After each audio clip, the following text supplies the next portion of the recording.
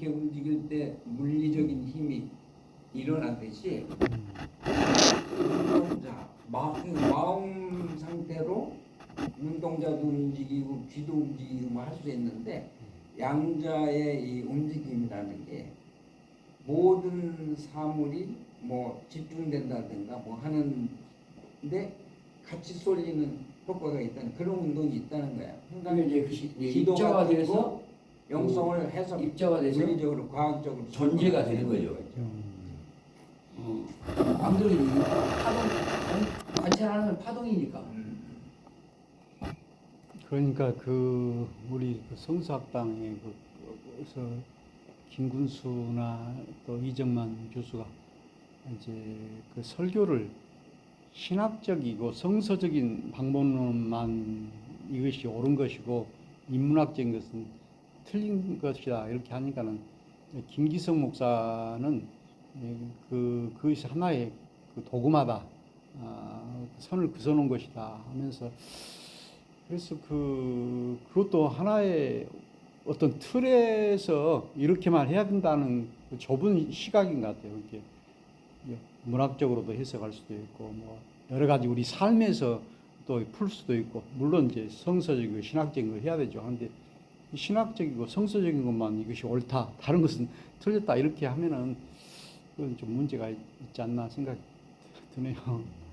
우리가 이제 노자 도덕경을 통해서도 이렇게 불교를 통해서도 이렇게 성경을 조명할 수가 있는 것이고 또 공통점도 있는 것이고 그러니까 그래서 이렇게 뭐 과학적으로는 그런 지식도 좀 필요하고 이거 과학도 하나님에 속한 학문이잖아요. 다 이거 모든 것이 그러니까 그런 여러 가지 그 학문적인 달란트를 통해서 우리 하나님의 세계를 총체적으로 조명하고 다각적으로 조명하고 과학이 종교에 기여를 한다면 아마 종교를 깨끗이 부수는 할 거예요. 과학이 그렇게 함으로 종교가 위기감을 갖겠죠. 근데 교리를 깨뜨림으로 인해서 종교 본연의 종교는 가르침이잖아. 근본적인 가르침이 종교잖아. 근데 이 근본적 가르침은 사라지고 종교라고 하는 어떤 기관을 유지하기 위해서 만들어진 게 교리잖아. 그 교리를 가지고 설교를 하고 신앙 지도를 하는 거는 교회 유지를 위한 게 되는 거지만 경전에 있는 가르침이라고 하는 것은 인간이 인간으로서 또는 무엇을 위해서 살아야 되느냐는 근본적인 가르침인데 그거는 교리하고는 또 별개의 것이란 말이에요. 성서를 해석할 때 교리를 벗어나서 성서를 할 수 있어야 되는 거예요. 목사님처럼 다른 도구를 이용해서 신학만이 아니라 문학이든 역사든 철학이든 사회학이든 그런데 신학자들은 그렇게 되면은 자기들 터전이 잃어버리는 거야.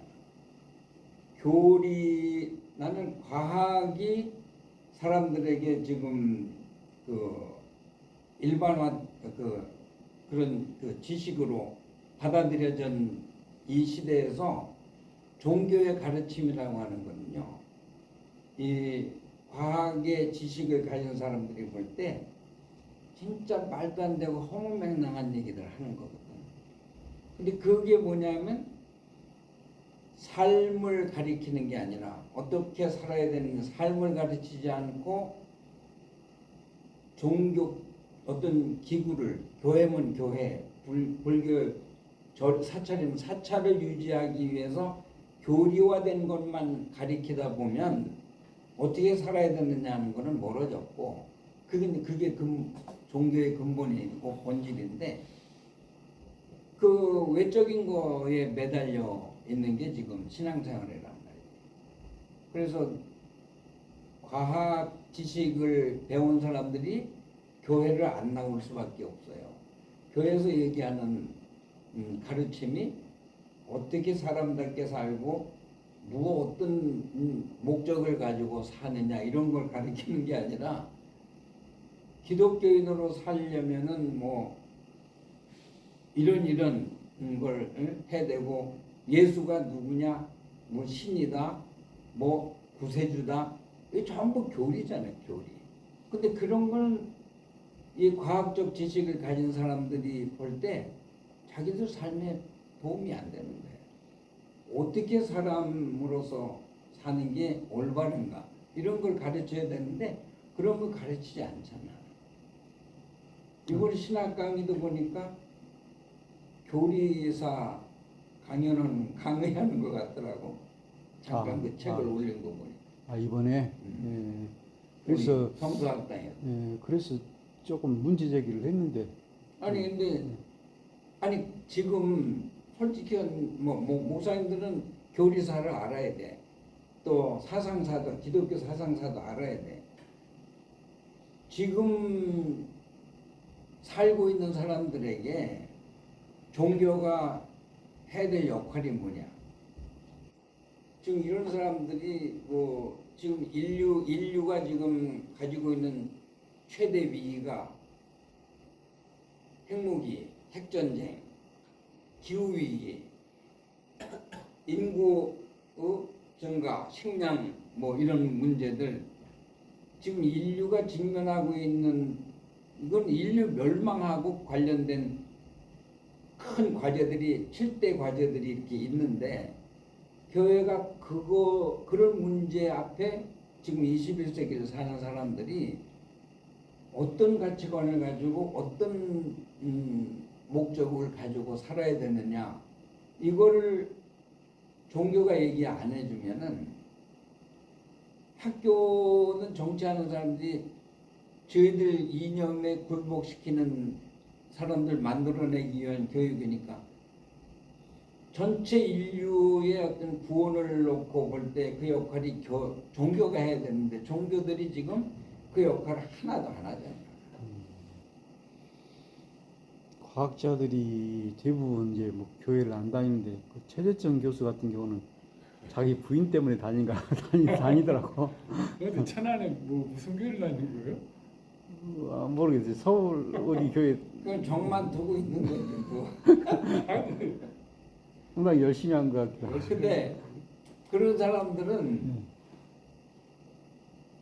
그런 사람들이 그냥 알고 접어주고 그냥 교회 다니는 거지. 평화를 그런 위해서. 것 같아 보니까. 가정의 평화를 위해서.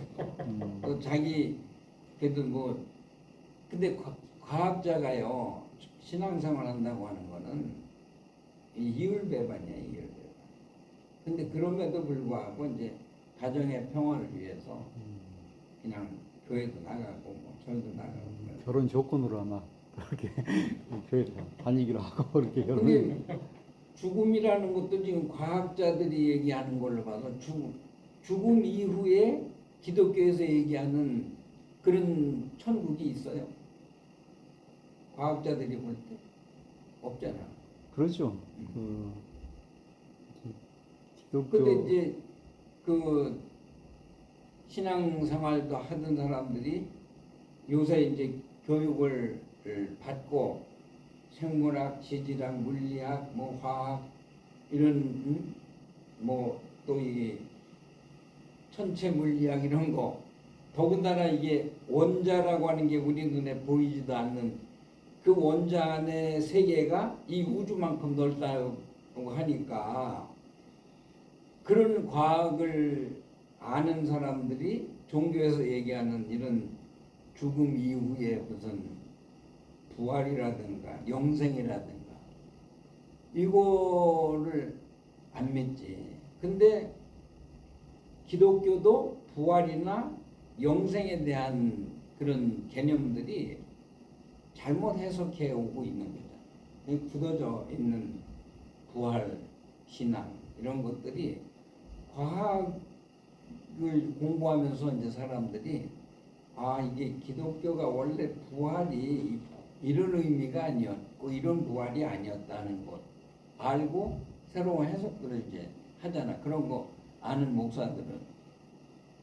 그런데 이제 죽음을 과학자 이걸 빌려가지고 어떤 뭐 사후의 세계나 영생 이런 것을 있는 것처럼 임사체험 뭐 이런 거 이야기하고 그러는데 그 그것은- 과학자들은 다 웃긴다고. 그것은 아닌 것 같아요 보니까. 이렇게 죽음 이유는 무라고 이렇게 과학자들 이야기한 것 같아요. 우리가 없다고 하는 것도 문제죠. 왜냐하면 성경 말 하나님 말씀에 뭐 하나님 나라가 있다, 뭐 사후 세계가 있다 이렇게 이제 성경을 얘기하는 것을 없다고 얘기할 수 없잖아. 그거 이제 믿음의 세계니까. 근데 그렇다고 내가 이제 양자역학의 슈레딩거 대학 실험이 있어요. 근데 이제 뭐냐면은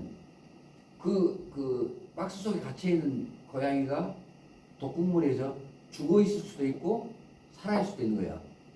그것을 죽어 있다 살아 있다고 얘기를 못 하는 거야. 죽어 있으면서도 살아 있는 그걸 이제 중첩이라고 해야 되구만. 중첩이라. 그것도 우리가 죽음이라는 것도 마찬가지예요. 멀리 떨어진 사람 죽어도 살았다 얘기 못 하는 거잖아. 미국서 누가 사는 사람이 죽어 있을 수도 있고 살아 있을 수도 있는 거야. 그러니까 이제 그러니까 그래서 오직 우리가 이제 믿음으로만 가는 거지. 성공에서는 이제 죽음이란 게 삶의 또 다른 모습이다 이렇게 표현을 하더만. 그러니까 그리고 우리가 불교 삶과 죽음을 나누는 자체가 무슨 얘기예요? 예. 삶과 생사불이. 죽음이 하나로 봐야 되고 그런데 이제 인간의 욕심이 또 교회라고 하는 이 조직을 운영해 가려니까 교리로 만든 게 죽음을 죽음 너머에 또 다른 삶이 있는 걸로 이제 가르치잖아. 그래야 사람들이 희망을 가지니까 죽음에 대한 두려움이 있는 사람들에게 뭐 그런 위로와 어떤 소망을 그게 거짓 소망인지 참 소망인지는 모르지만 위로와 소망을 주는 게 종교의 역할이니까 뭐 그렇게 할 수 있는데 사실은 모든 자연의 이 생명체들이 보면 생로병사가 있잖아. 인간도 똑같이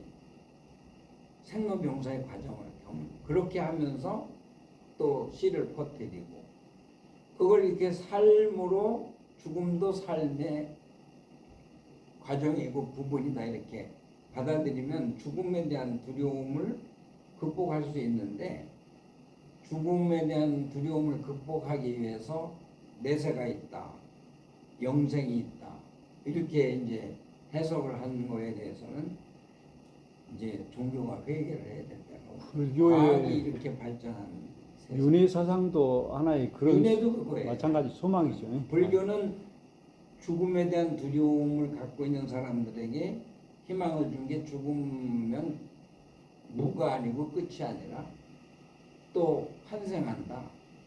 환생이라는 개념하고 부활이라고 하는 개념 물론 차이점이 있지만 죽음 너머를 제시하는 거로는 같은 기능을 하는 거죠. 그 정토 사상이나 미륵 사상도 마찬가지고요. 예. 근데 사실은 그 성서의 부활 사상은 죽음 이후의 세상을 얘기하는 게 아니잖아. 영생도 그렇고. 다 우리가 살고 있는 지금 이 세상 안에서 어떻게 하면 삶을 더 바르게, 아름답게, 모든 사람이 더불어 평화롭게 살 수 있느냐. 이거를 위해서 부활 얘기도 하고 영생 얘기도 하고 그래야 되는 거거든. 근데 이것이 교회라고 하는 예수의 가르침이나 하나님 말씀의 가르침이 아니라 교회라고 하는 이 조직을 운영하기 위해서 이거를 비틀어서 교리화한 거죠. 지금 이제 그게 안 통한다 그런 얘기예요. 지금 시대 사람들. 이제까지 그냥 홀게 먹었지. 지금까지는 교리 가지고도 사람들한테 많이 뭐 위로도 주고 뭐 소망도 주고 하긴 해요. 여호와 증인들은 천국도 없고 부활도 없다는 거 아닙니까? 그러지. 여호와 증인들은 지금 우리가 살고 있는 현실 속에서 말씀은 자칫 잘못 여호와 증인이 되버려요. 그게. 아니 근데 그 여호와 증인뿐만 아니라 지금 그 종교들이 지금 이 세상 종교가 존재하는 게 목적이 이 세상 사는 동안에 사람들이 사람답게 잘 살도록 하기 위해서 생긴 게 종교고 성경도 우리가 이게 성소를 이해할 때 성소가 하늘에서 뚝 떨어진 경전으로 이해를 하느냐 하나님 앞에서 인간이 고백한 그런 거룩한 문서냐라고 둘 중에 성소를 어떻게 이해하느냐에 따라서요. 우리가 이 성서의 모든 말씀은 이 세상에서 우리가 하나님 뜻, 하나님의 말씀을 이루어 가도록 주신 말씀이다. 그래서 이제 제국들에게 눌려 살던 종살이하던 이스라엘은 세상이 하나님이 바라시는 좋은 세상은 이 지배가 아니라 모든 사람들이 평등하고 또 착취가 아니라 모든 사람들이 나누고 뭐 하면서 사는 이게 우리 하나님의 뜻이겠다. 그래서 그렇게 고백한 게 이 성경이잖아요. 그렇죠. 그래서 이 성경의 이 가르침은 기존의 이 세속의 정치인들이 이 정치하는 여기에 대해서 안티하면서 나온 게 성서야. 내가 볼 때는. 그렇기 때문에 그 이 세상을 지배하는 사람들의 그 통치에 맞서는 그것이 아닌 더 좋은 통치가 있는데 그것이 이제 하나님 나라, 하나님의 말씀으로 세속 통치는 힘과 돈으로 하는 거잖아.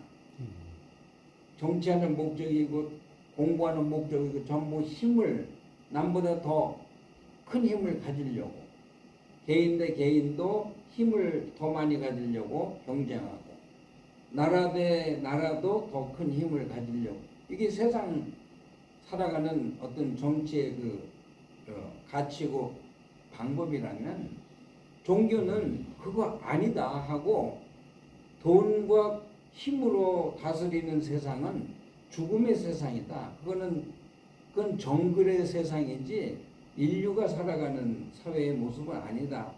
라고 가르친 게 종교의 시조들이 가르친 그게 종교란 말이야. 마루종자의 가르침. 그게 근본적인 가르침인데 종교가 가르침이 아니라 어떤 기구, 조직 이게 되면서부터 그 가르침이 사라지고 이제 엉뚱한 교리들이 이제 들어오고. 이제 이제 강목사님 그 말씀에 좀 반론일 수도 있는데 성경이 도덕계나 윤리책밖에 안 돼요. 그럼 성경이 그걸 넘었습니까 지금? 그러니까 이제 그 성경의 권위는 인정이 돼야 한다고 봐. 그럼 그냥 하나님을 전제하는 거야. 그러니까 이 성서를 기록한 사람들은 신의 존재 유무를 안 묻잖아요. 신은 있는 걸 전제로 해가지고 그래서 신이 있는 걸 전제로 하는데 어떤 신이냐면 제국들이 섬기는 그런 신이 아니라 억눌리고 종살이했던 사람들이 우리 조상들의 하나님은 어떤 하나님일까? 신이 존재하니까. 근데 그 하나님은 우리가 어떻게 지금 사는 걸 원하실까?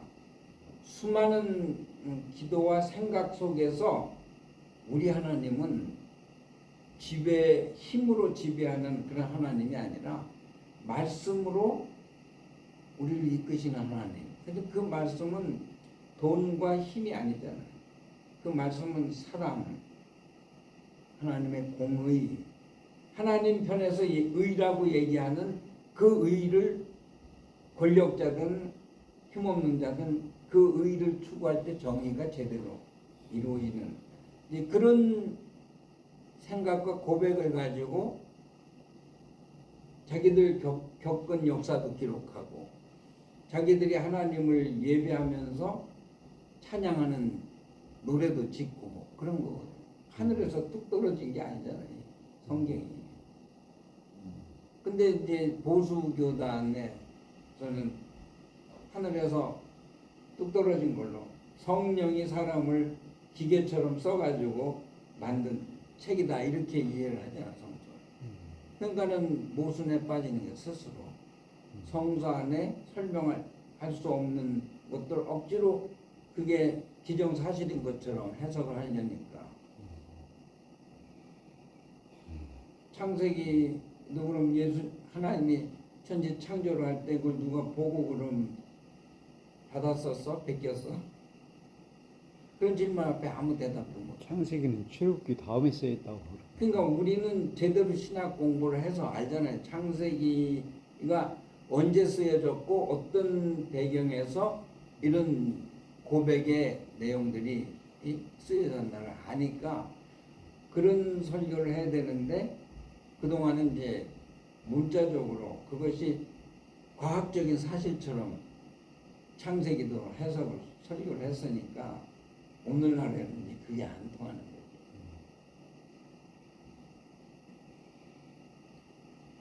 우리 58장 한번 더 읽어봅시다. 네. 네.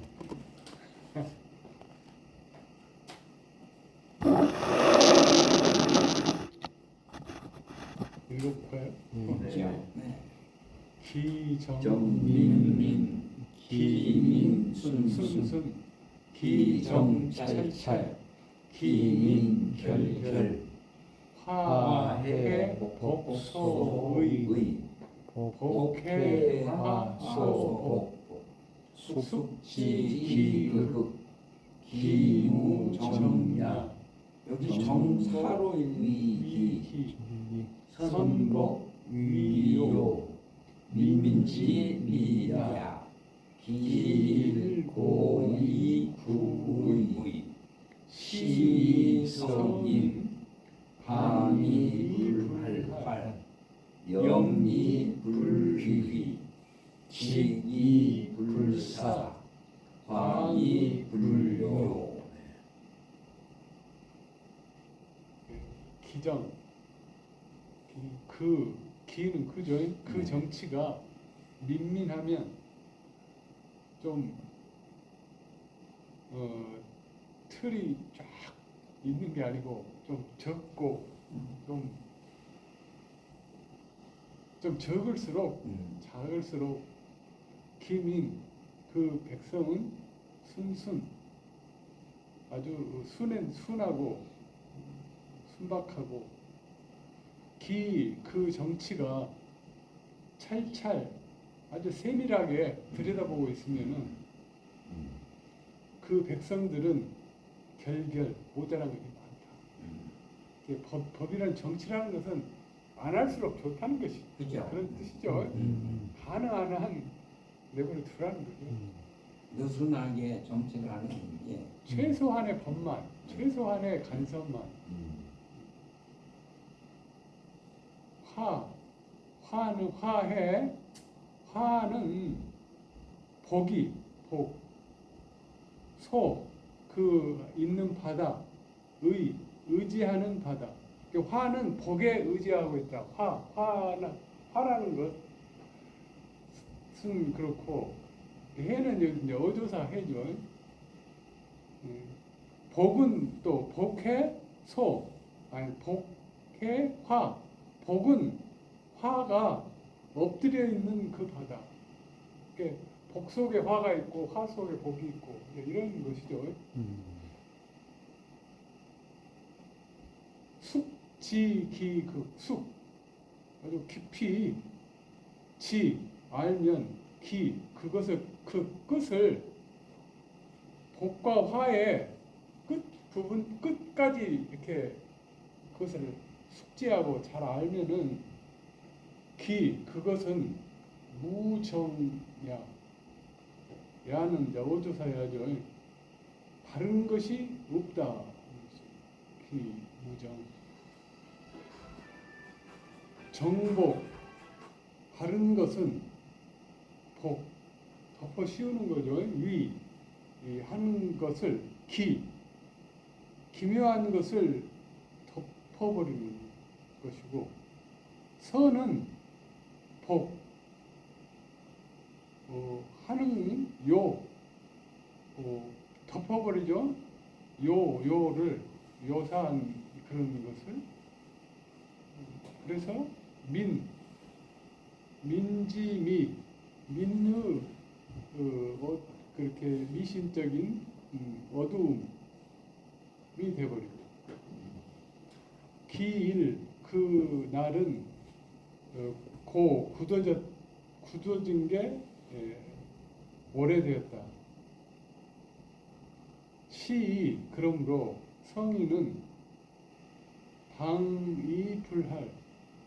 방은 방향 이렇게 그 방이죠. 그 부분들을 나눌 수가 없고, 이렇게 그 방향은 있지만 나누지는 못한다. 깨끗한 것은 불귀. 그런데 그 깨끗한 것이 깨지지를 않는다. 상처를 받지 않고, 그 곧은 것은 불사. 이게 뻗쳐지지 않는다. 직은 물론 그 뻗쳐지는 것이지만은, 그러나 그 극까지 가지 않고 성인이 하는 것은 최소화한다는 거죠.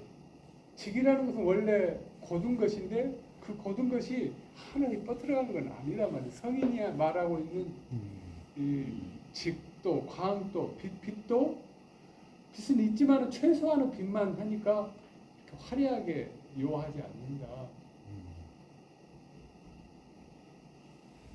이게 최소화하라는 거죠. 정치도 최소화하고, 법도 최소하게 만들면은, 이게 최소하면은 순하게 되는 것이고, 그것을 많이 하고 자세하게 해버리면은 백성은 모자라게 돼버린 그런 것이니까, 그리고 결국 보자면은 화 속에 복이 있고, 복 속에 화가 있고, 이게 양면이라는 거죠. 어차피 행복도 불행한 것이 행복이다.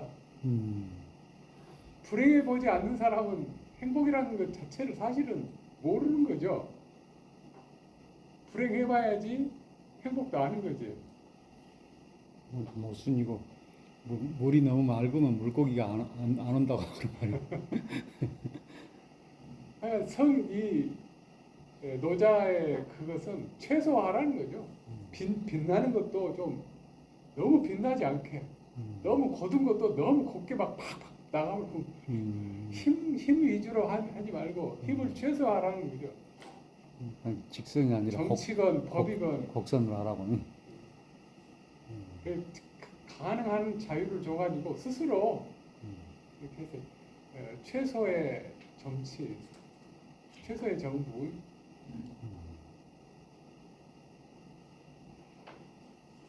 권력을 적게 써야 정치를 잘하는 거거든.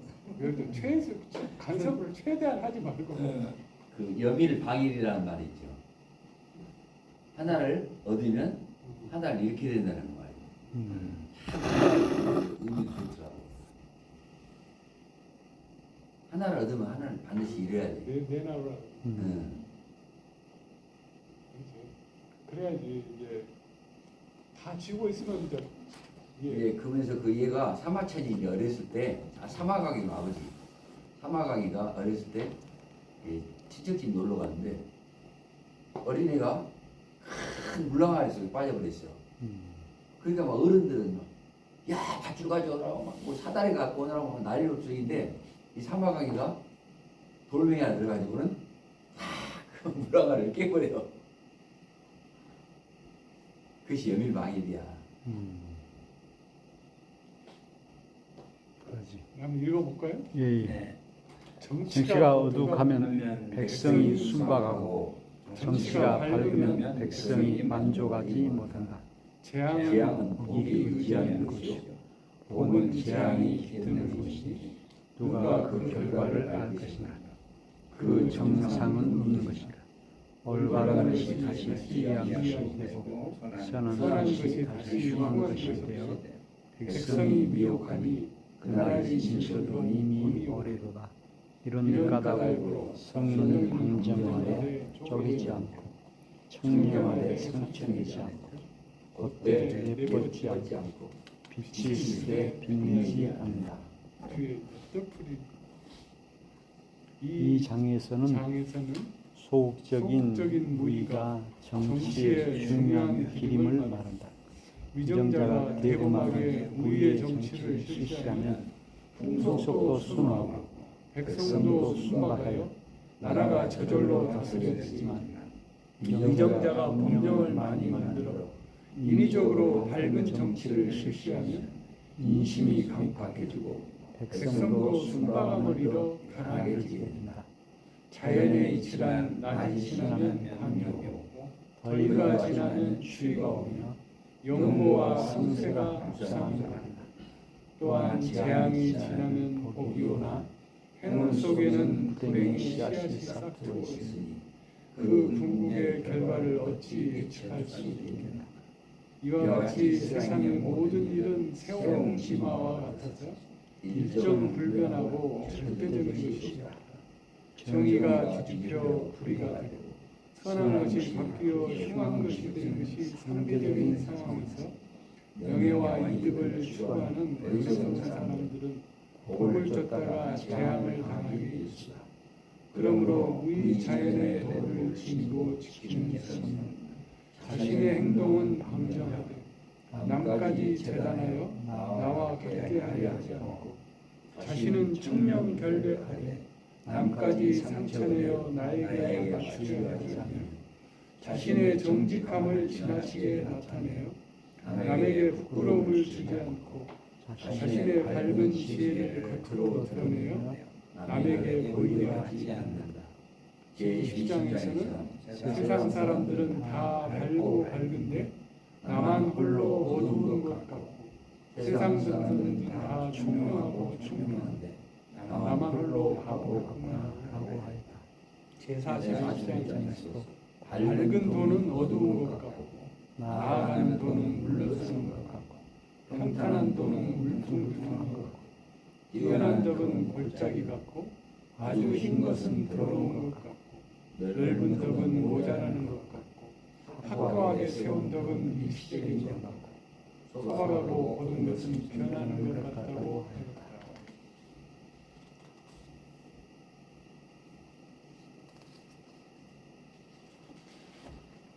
이전에 그 제레미 다이아몬드가 쓴 총균세 균세 예. 그런 거 있죠. 총균세. 예, 거기 보면은 유럽과 이 중국을 대비한 그런 그림 맨 뒤쪽에 나오더라고요. 거기 보면은 이제 유럽 원래 중국에서 모든 그 발명품들이 대부분 발명이 되는데 나중에 보면은 유럽은 국가가 이제 적게는 7개, 많을 때는 뭐 몇십 개 이렇게 많은 지역으로 그렇게 나눠져 있던 그 유럽은 결국 다 지배해버리잖아요. 중국이라는 이 나라는 통일된 그런 국가를 몇천 년을 이어왔는데 물론 이제 가운데 이제 혼란기가 있긴 했어도 그래서 실질적으로 보면은 중국은 단일 국가였기 때문에 이점이 있죠. 이점이 있는데 정치 그 판단을 황제가 잘못하게 되면은 고칠 방법이 없는 거예요.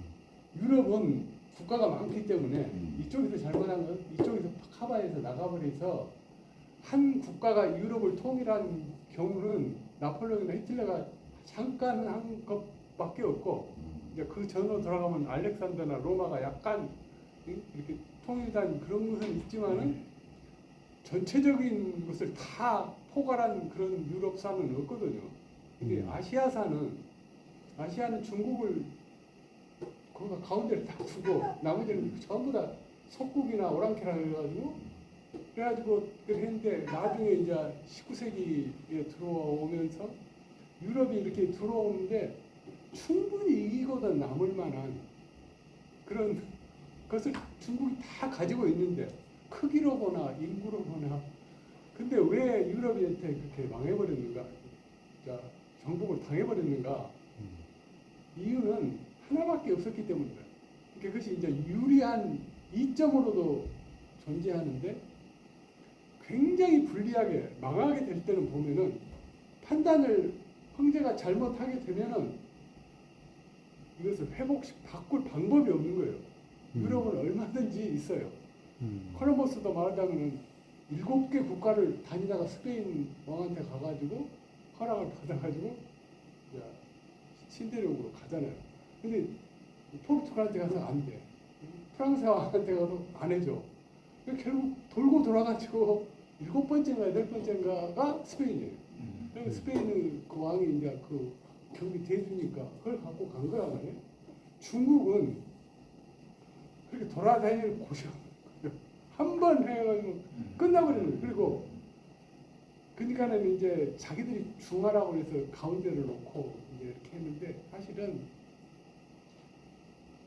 이렇게 통일되면 안 된다는 것이지. 다이아몬드의 얘기는 중국이 망한 원인은 통일 국가였기 때문에 조선 시대에 그 정도전이 재상 정치를 주장했던 것은 세종 같은 그 성군도 있지만은 그 왕이 항상 그 좋은 판단을 하는 그런 왕이 있을 수 없기 때문에 재상 정치를 주장한 거예요. 그 모든 신하들이 그 나라를 다스려야 된다 하는 것을 정도전이 그렇게 주장을 했더라고요. 그러니까 아까 그 중국의 황제의 그 판단 착오라든지 뭐 연산군이라든지 그 이런 청나라나 명나라나 청나라가 굉장히 부강하고 좋은 황제들도 많았는데 황제가 항상 옳은 것은 아니기 때문에 그리고 이것을 미움을 받으면은 제어할 길이 없는 이것을 제어할 그런 권력이 없기 때문에 망할 수밖에 없었다는. 우리나라도 그 대통령 중심제에서 내각으로 좀 바꿔줘야 된다는 그런 또 주장도 좀 너무 대통령이 권한이 강해버리니까. 지금 맞아요. 네. 내각제로 진즉 김종필이 할 때 했어야 돼. 김종필이가 주동할 때 내각제로 갔어야 한다고. 윤석열이 지가 다 하고 있잖아요. 그러니까 너무 막강하지. 아니 근데 우리도 이제 차관까지 우리도 임명은 막 대통령이 저렇게 막강한 권력을 행사하지 못하도록 지금 상권 분립 체제가 돼 있잖아. 그렇죠. 문제는 이 권력을 나눠 가진 사람들이 어떤 독재자 경험이 우리가 많잖아. 이승만 때로부터 뭐 박정희 전부 이게 총칼로 하는 놈 앞에서는 그동안 그냥 고개 숙인 게 그런 경험밖에 없으니까 상권 분립 체제로 민주 국가를 만들어도 저렇게 돌출해서 한 놈이 행정부 수장도 국회에서 견제할 수 있고 법원에서 견제할 수 있는 거잖아. 근데 지금 안 되잖아. 저거는 이제 우리가 망할 때가 돼서 그런지 국민의 반이 쟤를 지지한단 말이야. 근데 국민의 반이 다 저 똑같이 미친놈들이야. 그러니까 우리가 지금 다시 민주 정부를 회복할 수 있을까 하는 이 물음 앞에서 고민을 진짜 많이 해야 되는데 또 민주주의를 회복한다 하더라도 그것이 다시 이상한 놈들에게 권력을 독점하려고 하는 놈들에게 넘어가지 않는 민주 정치를 지속시킬 수 있는 방법이 있나 이런 고민들을 좀 해야 될 것 같은데 내년 총선에 이제 또 민심이 나타나겠지. 선거 때 뭘 뒤집는다는 게 쉽지 않을 것 같아. 이번 윤석열 경우는 왜냐면 국민 반이 지지하지. 그러니까 그 방금 저 박목사님 그 다이아몬드 그 총진수 우리가 지금 중앙국 집권제에서 지방자치제를 했잖아. 그것도 아마 그 위에 같아. 그래서 그 지방자치제가 훨씬 더 이 지방 더- 분권을 많이 줘가지고 음. 그 민주주의라는 게 뭐예요? 예. 국민들에게 예. 권력이 권력 있는 나눠주는 거고 거지. 중앙에 집중하는 게 아니라 권력이 분산돼서 지방자치를 그렇죠. 노자 사상은 활성화시키고 지방 분권이야. 이게 지방 분권이지. 이렇게 해야 공자는 되는데 중앙 집권이고 중요한 거는 국민들의 의식이 그걸 따라가지 않으면 언제나 우리처럼 이렇게 뒤집힌다는 거예요. 국민 의식이 받쳐주지 않으면. 근데 유시민이가 그랬던가 민주주의가 우리나라가 전 세계가 이게 민주주의를 이루어가게 된 게 이제 68 혁명 경험이라는 거지. 근데 68 혁명의 바람이 한국에 와서 멈춰버린 거야. 그러니까 우리는 68 혁명 경험을 하고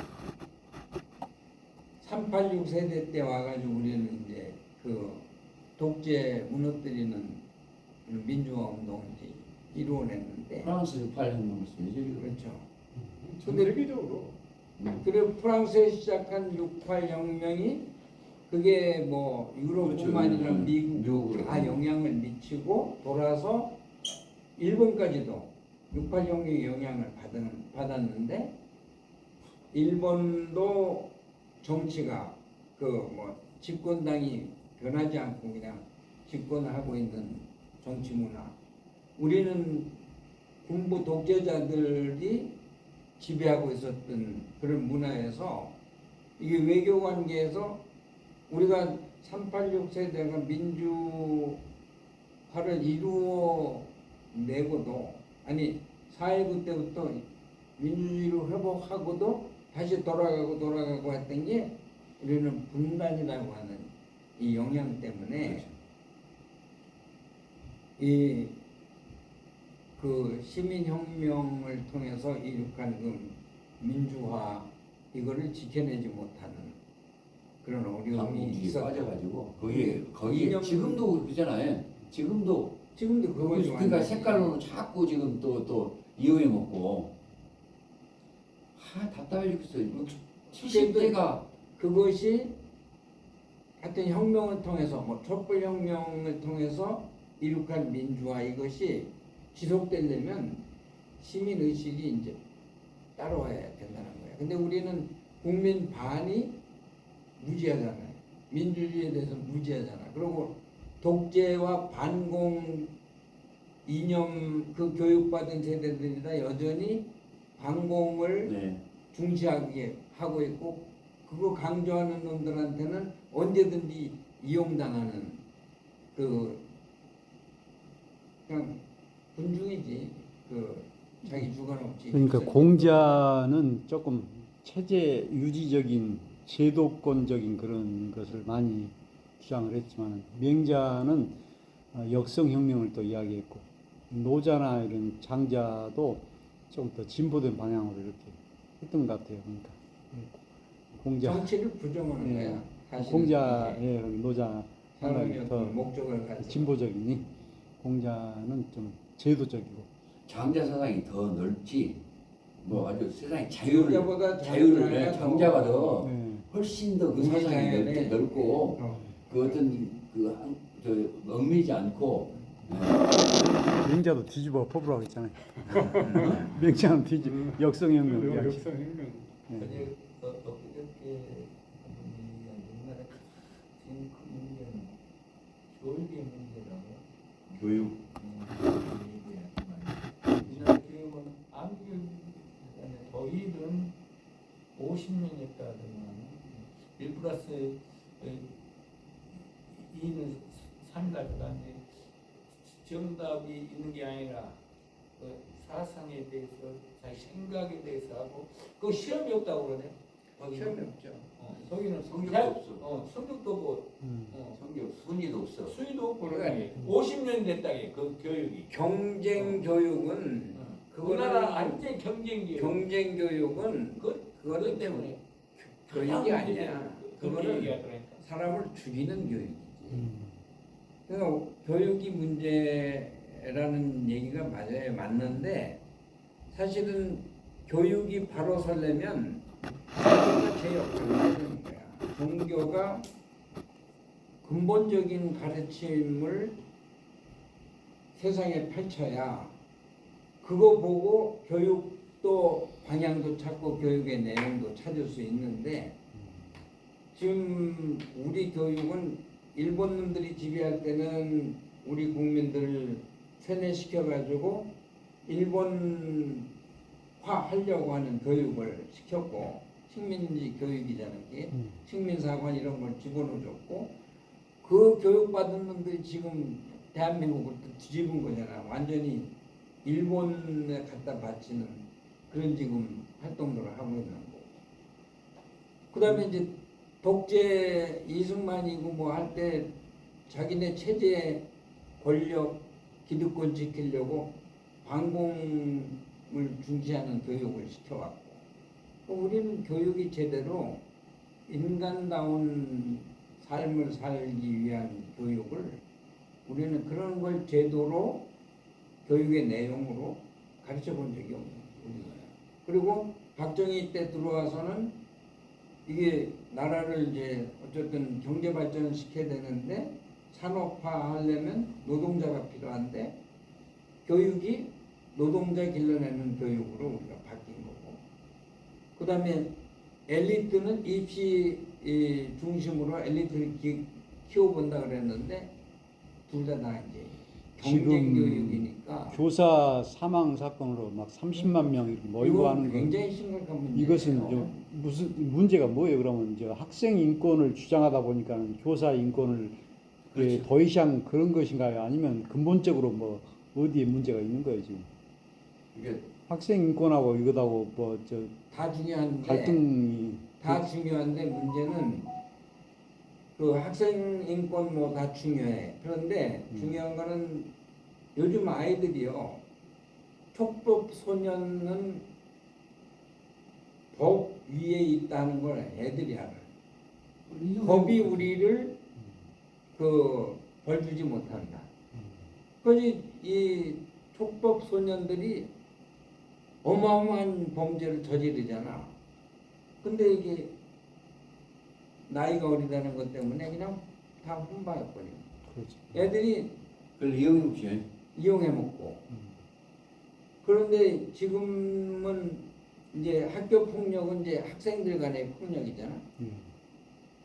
거기서 이제 학생 인권도 선생님이 아이들한테 폭력 혹은 폭행하는 거 방지하기 위해서 학생 인권 조례를 만들었는데 그 아이들끼리의 학교 폭력이나 그 다음에 지금은 선생님들은 그래서 아이들한테 제대로 선생님의 권위를 가지고 아이들 지도하지 못하지.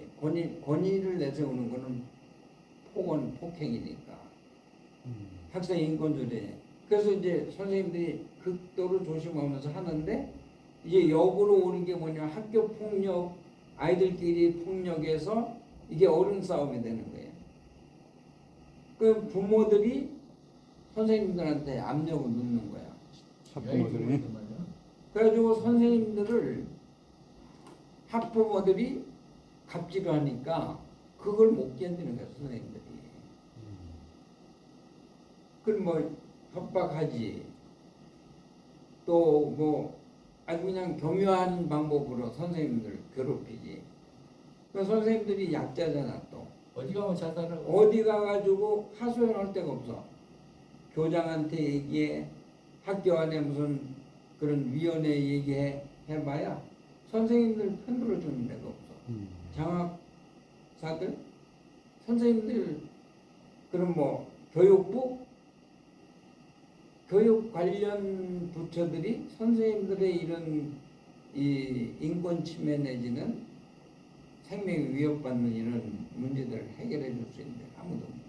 그래서 우리가 7년 사이에 자살을 그뭐 사회적 타살이죠. 자살한 선생님들 수가 7년 동안에 167명인가 그래요. 1년에 굉장히 많은 선생님들이 이제 늦게 터졌구만. 이게 이 문제가 이게 엄청 지금 큰 골맞다가 터져온 거구만.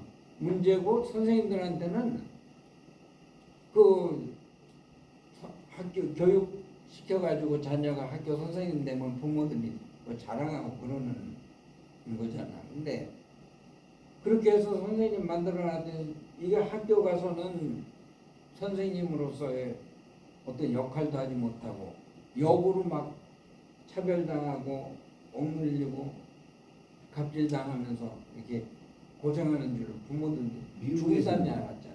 선생님 전화번호를 학부모들이 모르고 안 가르쳐줘. 개인적으로 이렇게 전화 못 하고. 절대 안 가르치는데.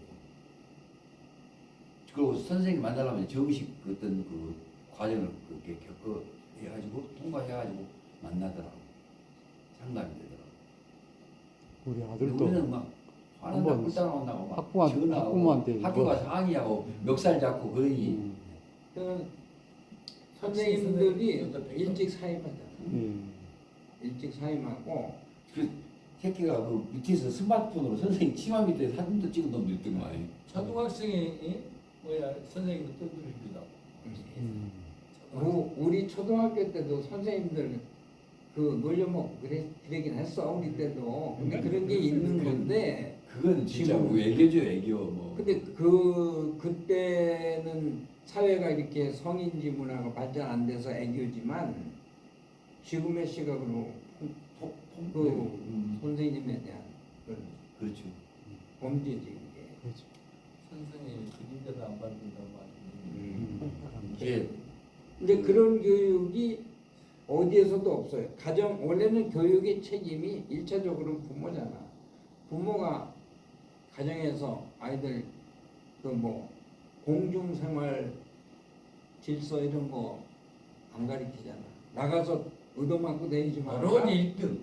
우리나라 교육. 패고 와라. 어려운 1등. 책임은 부모가 짓게 이렇게 가르치고 경쟁 교육이라. 경쟁이니까 응? 2등도 안 되고 이게 그러니까 미칠 수밖에 없는 나라지. 우리 아들도 광주에서 학부모하고 좀 그 갈등이 있어가지고 하순 그 마음 편한 대로 간다고 거기 가서 좀 편하게 하고 다 있어. 선생님들이 그냥 편한 대로 가. 작은 그 학부모들 갑질 안 할 수 있는 그런 도시로 가서 선생님하고. 아이고 그때 시간이 시간이 다 네. 돼서 다 됐네요. 예, 그럼 오늘 2장밖에. 주장하고 두 장인가요? 합시다. 오늘 아주 이제 토론이 아주 예, 그냥 재밌었네. 네, 재밌었습니다. 50년간 교육을 독일은 교육을 잘 하고 있는 나라죠.